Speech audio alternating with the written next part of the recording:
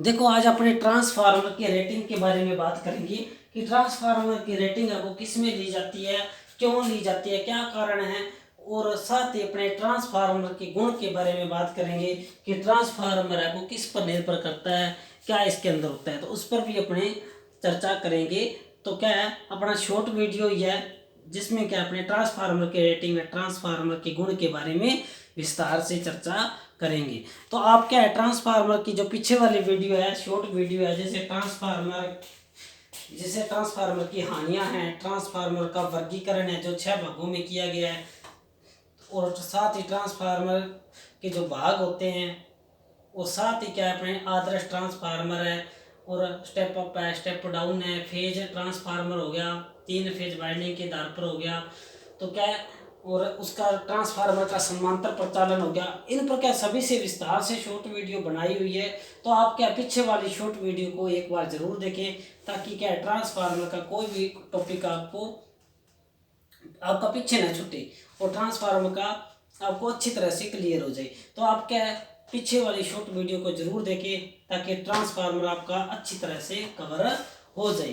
तो चलते हैं अपने नेक्स्ट टॉपिक है, ट्रांसफार्मर की रेटिंग। ट्रांसफार्मर की रेटिंग तो देखो, अलग अलग मशीन की अलग अलग रेटिंग होती है। क्या होती है, अलग अलग मशीन की अलग अलग रेटिंग होती है। और क्या है, उसी उसी क्या रेटिंग के आधार पर जो मशीन है वो कार्य करती है। जैसे अपने क्या है, ट्रांसफार्मर है, मोटर है, जनरेटर है, इनकी सभी की क्या है, अलग अलग रेटिंग होती है। जैसे ट्रांसफार्मर की केवीए होती है, उसी प्रकार जनरेटर की किलोवाट होती है, और उसी प्रकार मोटर की एचपी होती है, हॉर्स पावर, और जनरेटर की किलोवाट होती है, ट्रांसफार्मर की केवीए होती है। तो क्या है, जिस जिस प्रकार जो मशीन है, जिस जिस दक्षता पर कार्य करती है, वो उसकी रेटिंग होती है।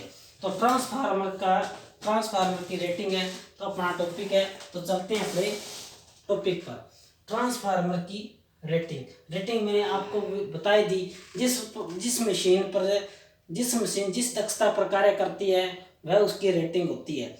अपने बात कर रहे हैं ट्रांसफार्मर की रेटिंग के बारे में। तो ट्रांसफार्मर की रेटिंग हमेशा केवीए में ली जाती है।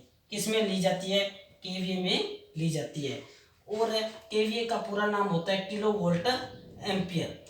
और जो ट्रांसफार्मर है उसकी जो केवीए है रेटिंग, वो हमेशा आभासी शक्ति में आती है। आपको पता है 3 प्रकार की शक्ति होती है, आभासी, प्रतिघाती और वास्तविक। जो ट्रांसफार्मर है वो वास्तविक शक्ति को प्रदर्शित करता है।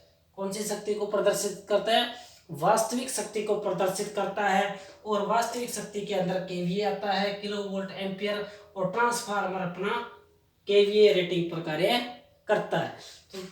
तो आगे क्या है, ट्रांसफार्मर की जो रेटिंग होती है वो केवीए में ली जाती है। किसमें ली जाती है, केवीए में ली जाती है। और केवीए का पूरा नाम क्या है, kilo volt ampere, kilo volt ampere. उसके बाद है ट्रांसफार्मर में लोहा हानि। क्या है, ट्रांसफार्मर में लोहा हानि। लोहा हानि को कोर हानि के नाम से भी जाना जाता है। लोहा हानि कह दो, कोर हानि कह दो, एक ही बात है। ट्रांसफार्मर में लोहा हानि वोल्टता पर निर्भर करती है। किस पर निर्भर करती है, वोल्टता पर निर्भर करती है। और ट्रांसफार्मर में जो तांबर हानि है वो भार पर निर्भर करती है, यानी कि लोड पर निर्भर करती है। अब जो ट्रांसफार्मर के अंदर क्या है, लोहा हानि और तांबर हानि, लोहा हानि करती है वोल्टता पर, तांबर हानि करती है भार पर। दोनों हानि, लोहा हानि और तांबर हानि, ये कुल, यानी कि दोनों हानि है तो कुल हानि होगी अपनी। दोनों हानि को अगर अपने जोड़ दें तो कुल हानि होगी। कुल हानि है उसे वीए से प्रदर्शित करते हैं।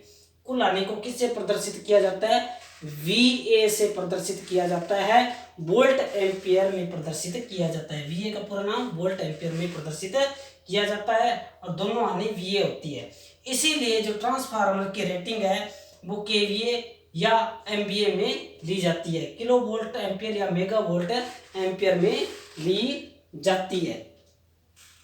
तो ये था अपना भाई ट्रांसफार्मर की जो हानि है वो वोल्टता और भार पर निर्भर करती है, और ट्रांसफार्मर की जो हानियाँ होती है टोटल हानि वो VA कहलाती है। और इसी कारण ट्रांसफार्मर की रेटिंग KVA या MVA में ली जाती है। अब अपने चलते हैं, आपको पता है ट्रांसफार्मर क्या है, उनके वर्गीकरण आप पीछे वाली वीडियो में देख लेना। ट्रांसफार्मर का वर्गीकरण 6 भागों में किया गया है। तो जैसे जैसे क्या है, अपना वितरण ट्रांसफार्मर है, शक्ति ट्रांसफार्मर है, ऑटो ट्रांसफार्मर है, स्टेप अप ट्रांसफार्मर है, स्टेप डाउन ट्रांसफार्मर है, क्षरण लीकेज प्रतिघाती ट्रांसफार्मर है। और सीधा वो पेपर में पूछ रहे ट्रांसफार्मर की रेटिंग किस में मापते हैं, तो ट्रांसफार्मर की रेटिंग KVA या MVA में मापते हैं। अब उसी प्रकार अगर अलग से क्वेश्चन आ जाए, सीधा अलग से आ जाए वितरण ट्रांसफार्मर की रेटिंग किस में होती है, तो आपने क्या करना है, वितरण ट्रांसफार्मर की जो रेटिंग होती है वो KVA में होती है। किस में होती है, KVA में होती है। उसी प्रकार आपसे पूछ ले शक्ति ट्रांसफार्मर की रेटिंग किस में होती है, शक्ति या पावर ट्रांसफार्मर, शक्ति ट्रांसफार्मर या पावर ट्रांसफार्मर की रेटिंग किस में होती है, तो MVA में होती है, मेगा वोल्ट एम्पियर में होती है। उसी प्रकार आपको पूछ रहे ऑटो ट्रांसफार्मर, ऑटो ट्रांसफार्मर वह ट्रांसफार्मर जिसमें क्या है, एक ही वाइंडिंग होती है और वो वाइंडिंग विद्युतीय और चुंबकीय रूप से जुड़ी होती है, वो ऑटो ट्रांसफार्मर कहलाता है। और ऑटो ट्रांसफार्मर की जो रेटिंग होती है वो VA में होती है। किसमें होती है, VA में होती है।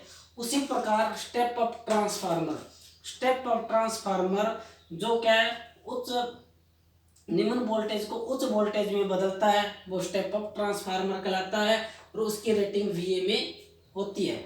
उसके बाद है स्टेप डाउन ट्रांसफार्मर, वो ट्रांसफार्मर जो क्या है उच्च वोल्टेज को निम्न वोल्टेज में बदलता है, वो स्टेप डाउन ट्रांसफार्मर कहलाता है। और स्टेप डाउन ट्रांसफार्मर की जो रेटिंग होती है वो VA में होती है। किसमें होती है, VA में होती है। उसके बाद है क्षरण, क्षरण यानी कि लीकेज, क्षरण लीकेज प्रतिघात ट्रांसफार्मर, प्रतिघाती क्षरण लीकेज प्रतिघाती ट्रांसफार्मर। तो क्षरण लीकेज प्रतिघाती ट्रांसफार्मर है, इसकी रेटिंग भी किस में होती है, VA में होती है। तो आपके भूलने वाली कोई बात नहीं है, याद रखने वाली भी कोई बात नहीं है। तो क्या है, समझदारी से काम लेना है। आप देख रहे हैं कि ऑटो की VA में होती है, स्टेप अप की VA में होती है, स्टेप डाउन की VA में होती है, क्षरण लीकेज की VA में होती है। तो ये 4 प्रकार के ट्रांसफार्मर है जिनकी किस में होती है, VA में होती है। जबकि जो वितरण ट्रांसफार्मर है जो क्या उपभोक्ता तक अपने तक क्या है जो सप्लाई पहुंचाता है वो वितरण ट्रांसफार्मर होता है, उसकी रेटिंग VA में होती है। शक्ति हमेशा क्या होती है, KVA से ज्यादा होती है, बड़ी होती है। तो मेगा, किलो से ज्यादा हो गया मेगा। शक्ति क्या होता है, पावर हमेशा ज्यादा ही रहती है, तो MVA में होती है। तो 4 कितने हैं, 3 और 3 6 ही हैं, जो क्या अपने आसानी से याद कर सकते हैं। तो आप क्या वीडियो को दोबारा देख ले या स्क्रीनशॉट ले ले, नोट्स बना ले और इसे दोबारा भी देख ले। अब चलते हैं अपने ट्रांसफार्मर के गुण के बारे में। ट्रांसफार्मर के अंदर क्या क्या गुण होते हैं इस पर देख लेते हैं थोड़ी सी बात। ट्रांसफार्मर के गुण देखो, ट्रांसफार्मर क्या शक्ति व आवृत्ति को परिवर्तन नहीं करता। ट्रांसफार्मर है वो शक्ति व आवृत्ति को परिवर्तन नहीं करता, या किसको परिवर्तन करता है, धारा व वोल्टेज को परिवर्तन करता है। किसको करता है, धारा और वोल्टेज को ट्रांसफार्मर परिवर्तन करता है, जबकि शक्ति व आवृत्ति को परिवर्तन नहीं करता। उसके बाद है ट्रांसफार्मर मूलतः वोल्टेज पर निर्भर करता है। ट्रांसफार्मर क्या है, स्टेप अप है, स्टेप डाउन है, ऑटो है, तो वो हमेशा किस पर निर्भर, मूलतः वैसे तो धारा पर भी निर्भर करता है, लेकिन मूलतः अगर बात आ जाए तो वोल्टता पर निर्भर करता है। उसके बाद है ट्रांसफार्मर में घर्षण हानि शून्य होती है। क्या होती है, ट्रांसफार्मर में घर्षण हानि शून्य होती है, यानी कि क्यों होती है, इसके अंदर घर्षण नहीं होता है, क्योंकि इस ट्रांसफार्मर में कोई घूमने वाला भाग नहीं होता है। यह एक स्थिर युक्ति है, क्योंकि आपको पता है जो क्या स्थिर होती है युक्ति, उस जिसके अंदर कोई घूमने वाला भाग नहीं होता, उसमें हानि भी क्या होती है, शून्य होती है। जबकि तांबर हानि होती है, लोहा हानि होती है, लेकिन घर्षण हानि नहीं होती। घर्षण कोई चीज उसके घूमने वाला पार्ट होता है, उसी के कारण होती है। इसमें घूमने वाला भाग नहीं होता, इसी कारण इसमें घर्षण हानि शून्य होती है। इसकी दक्षता उच्च होती है। ऐसी मशीनों में ऐसी मशीनों में सबसे ज़्यादा अगर दक्षता है तो वो ट्रांसफार्मर की होती है। ऐसी मशीनों में सबसे ज़्यादा दक्षता है वो ट्रांसफार्मर की होती है। क्यों होती है? क्योंकि ट्रांसफार्मर एक स्थिर युक्ति है, इसके अंदर कोई घूमने वाला भाग नहीं होता है और इसके अंदर 2 वाइंडिंग होती है जो क्या है, विद्युत चुंबकीय रूप से जुड़ी होती है। तो इसीलिए ट्रांसफार्मर की दक्षता उच्च होती है, क्योंकि इसके अंदर घूमने वाला भाग नहीं होता है या घर्षण हानि इसमें शून्य है होती है। और कितनी होती है इसकी दक्षता? लगभग क्या है, 95 से 99% होती है भी। 95 से 99 या 98, 95 से 99 या 98%। कई बुकों में आपको 99 मिल जाएगा, कईयों में 98 मिल जाएगा। तो 95 से 99% इसकी दक्षता होती है। आदर्श ट्रांसफार्मर की पूछ ले तो 100 होती है। कितनी होती है? 100% होती है। तो ये था आज का अपना छोटा सा टॉपिक है, ट्रांसफार्मर की रेटिंग और ट्रांसफार्मर के गुण, जिस पर क्या अपने विस्तार से चर्चा की है। तो ये मेरा यूट्यूब चैनल है RS electrician theory 29 RS electrician theory 29 RS। इस चैनल को आप लाइक, शेयर और सब्सक्राइब जरूर करें, ताकि क्या है जितना भी अपना थ्योरी का टॉपिक है ITE से संबंधित है, तो आपको क्या है डेली 5-10 मिनट की शॉर्ट वीडियो इस channel RS electrician theory channel पर आपको डेली मिलेगी, जिससे क्या है आपका थ्योरी का ITE का टॉपिक कोई भी नहीं छूटेगा। तो इसी प्रकार अपने मिलते रहेंगे RS इलेक्ट्रिशियन थ्योरी 29 RS पर। तो इस चैनल को आप लाइक, शेयर और सब्सक्राइब जरूर करें, ताकि आने वाली वीडियो आपको इस चैनल पर मिल जाए। और बेल आइकन का बटन भी जरूर दबाएं। मिलते हैं अपने नेक्स्ट वीडियो में। धन्यवाद।